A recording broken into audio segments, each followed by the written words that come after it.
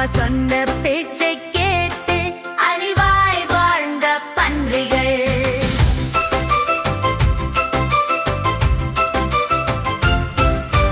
வீடு கட்ட வேண்டி மூன்றும்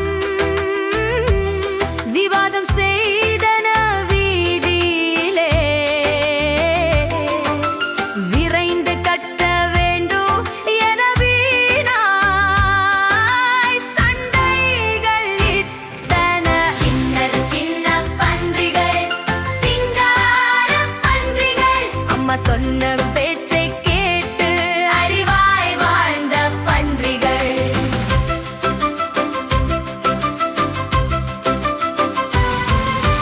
சோம்பல் கொண்ட முதல் பன்றி வைக்கோல் வீட்டை செய்ததே. வேகம் கொண்டு இரண்டாம் பன்றி குச்சி வீட்டை செய்ததே.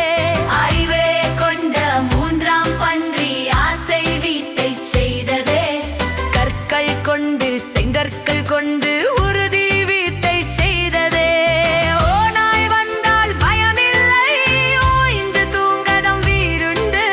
கண்ணை மூடி தூங்கலாம், கவலையின்றி நாமும் வாழலாம். சின்ன சின்ன பன்றிகள், சிங்கார பன்றிகள், அம்மா சொன்ன பேச்சை கேட்டு அறிவாய் வாழ்ந்த பன்றிகள்.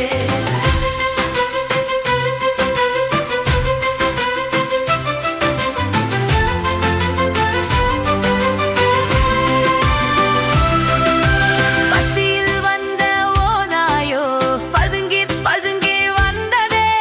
கதவை திற என கர்ஜித்தே கடுமையாக மிரட்டியதே. வைக்கோல் வீட்டை ஊதியது, குச்சி வீட்டை தள்ளியது. தப்பி ஓடி பன்றிகள் செங்கல் வீட்டில் புகுந்தது.